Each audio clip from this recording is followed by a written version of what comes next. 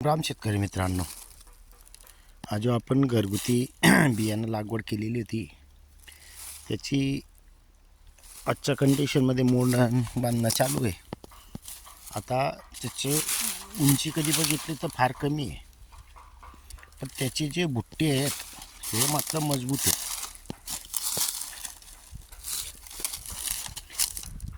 कारण वाढ ही आपण अगोदरही सांगितलेलं आहे, नियोजन आपलं ऑलरेडी चुकलेलं होतं. पाण्याची कमतरता होती इथे, पण नंतर ज्या वेळेला आपल्याला ते लक्षात आल्यानंतर आपण त्याच्यावर नियोजन केलेलं आहे.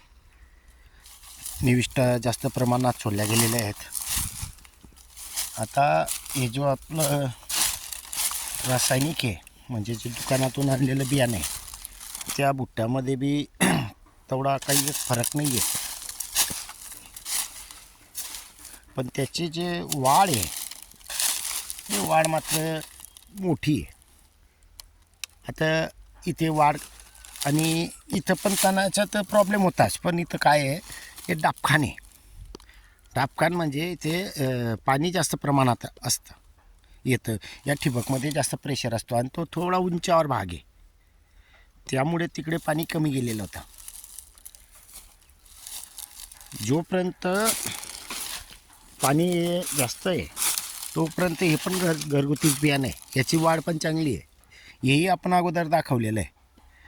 पण जसं जसं आपण वरती गेलो, पाण्याची कमतरता झाली, तसं मात्र वाढ कमी पण बुट्टे भारी आहेत. ते इकडे प्लेनमध्ये पडलेले आहे बुट्टे बघा, ते काढून दाखवतो.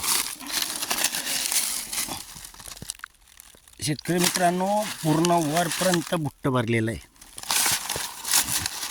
आणि विशेष म्हणजे चमकदार माल आहे. वजनदार आहे, कोरडं झालेलं आहे. आता जास्त दिवस झालेले आहेत कापणी करायला. शेतकरी मित्रांनो, घरगुती बियाणं असलं तरी चांगलं उत्पन्न देते. धन्यवाद.